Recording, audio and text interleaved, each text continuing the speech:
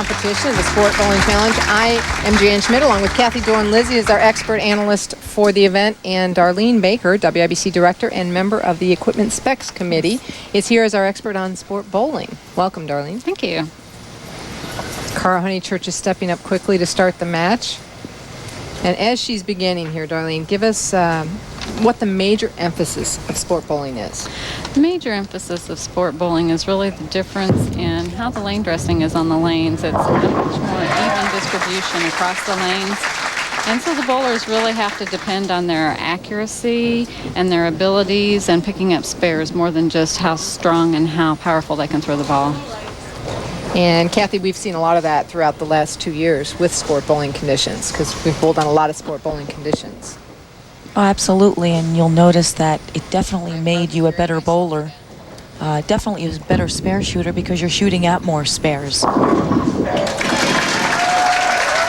times the scores weren't very high, but you left more knowledgeable and a smarter and better bowler because of sport bowling, without a doubt.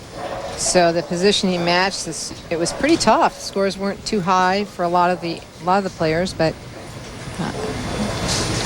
Kim-Terrell and Cara Honeychurch survived, as well as Michelle Feldman. And boy, things really changed around in that first match.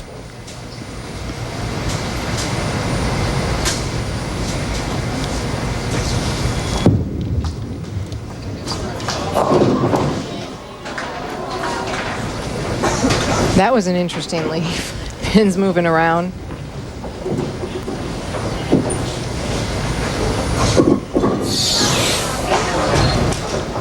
It looked like a really good shot off Kim's hand, but you can see it hits the oil down the lane. So the ball continued instead of arced into the pocket and left the 2-4-8. Well, Kim is standing waiting because the rack knocked the pins down. They will have to be respotted. As you notice, they had moved from the pins, but because they were knocked down, they'll be respotted in their original position. So, Darlene, while that's happening, I know I hear a lot of men have really stepped up to the challenge with sport bowling, more than women. Should women join sport bowling? Women really should step up. It really helps them a lot more develop their skills and be more accurate and really work on their spare bowling. And it's really for all levels of bowlers, lower and higher average. And the one good thing about sport bowling is it gives you the fulfillment of improving yourself and really working on your abilities. Yeah, she covers up that spare. In fact, Darlene, I've heard many times people say that sport bowling is almost more geared to women because their game is more accuracy and less power. So they could probably adapt to sport bowling easier. That's right. A lot of women can because they do have to depend on their spare shooting more. So how successful has it been with the WIBC members? Well, sport bowling in WIBC has really reached a milestone this year. We actually have the Ladies Scratch Trio League in the Brunswick-Watauga lanes in Watauga, Texas, as the first all-women sport bowling league. And so that's a real milestone for WIBC and sport bowling. And it continues to grow. Well, that's good to hear. And Cara leaving a 7-pin there. These two ladies both having a good year and good last couple of years.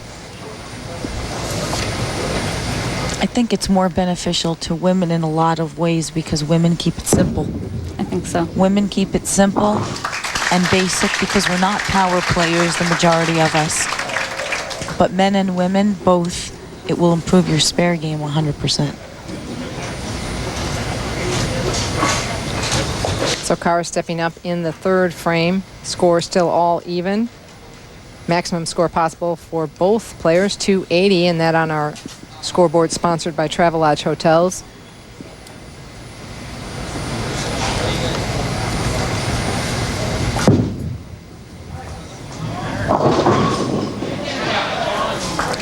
Light 10-pin, and this is going to be the first of 10 weeks, so we'll have a long fall swing scheduled. Kathy, you think the women are up to it, 10 weeks of bowling? Yeah, we did it last year. We can do it again this year. I think the women look forward to the fall, too. I think they enjoy the change of season and the certain places that we go at that time of year. I certainly always look forward to the fall. Maybe that's why I bowl a little better in the fall. I don't know. Well, you've been bowling pretty good so far this year already. So far, so good. Oh, that was close.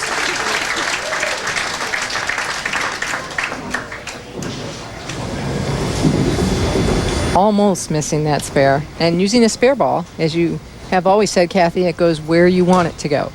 Yeah, it's the only ball that you'll know every time where it's going. It's going exactly where you throw it. Kim-Terrell off to a great year. 6 telecasts prior to this event for the season was her career high for a whole year. And we were only halfway through when she hit that 6th mark. Darlene, is the acceptance of sport bowling growing just generally? It really is.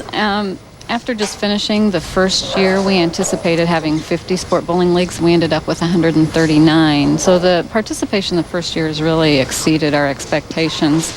The acceptance also has been a lot better, I think, thanks to the PWBA and the PBA, working with us and really using the sport bowling patterns and promoting that, as well as some of the other upper echelon tournaments, and that really helps people become more aware of it. And I know, though, we sometimes get comments and feedback, and people do not want to watch some of the best women bowlers in the world score below what they would like to see them score. But if they haven't ever bowled on a sport condition, it's hard for them to judge because they can't see what they're bowling on. So that's right. But really, we are just trying to show the credibility and show how talented these women really are, because it sets them apart from the average league bowler.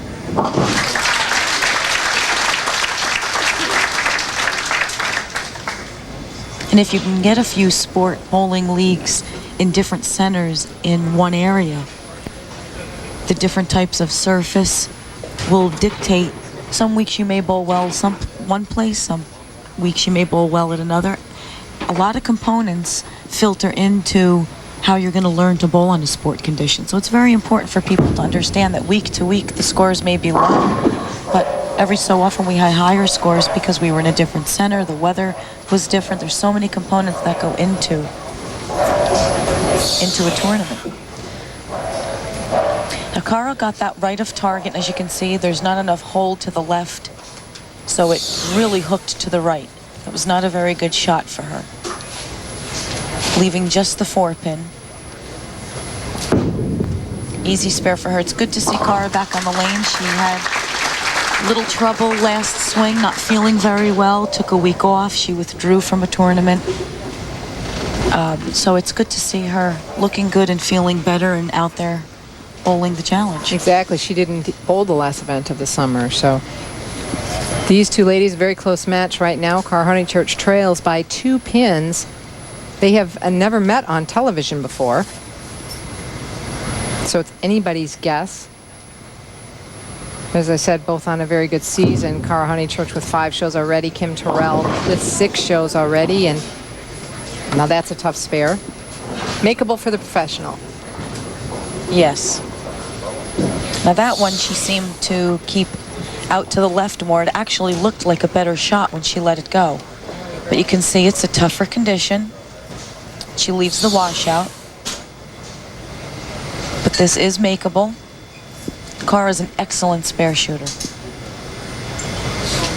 That's why you see these girls 6, 7, 8 times a year, because they make all their spares, including splits. Oh, and she should have had that. That was an excellent shot at that washout. Cara's a big fan of the plastic ball, shoots it at all her spares. She gets just to the right of the head pin, gets the 3 hard ones, and just lays in front of the 7 pin. She should have had that spare. It was a great shot.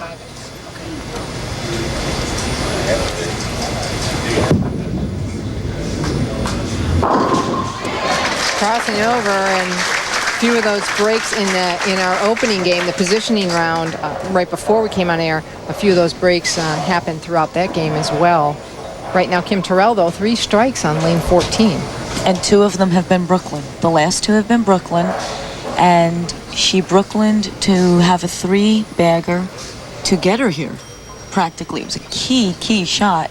But then, of course, knowing Kim as well as we do, she follows the 3rd one up with a flush shot.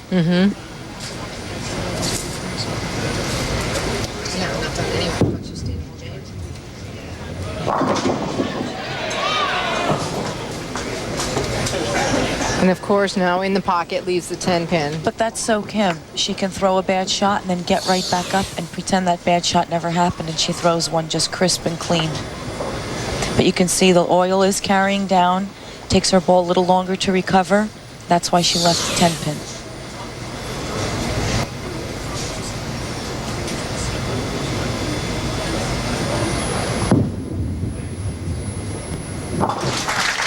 So she covers the 10 pin up and is clean through 6 frames. Through 5.5, Kim-Terrell has the lead by 17. We'll be right back with more. Stay with us.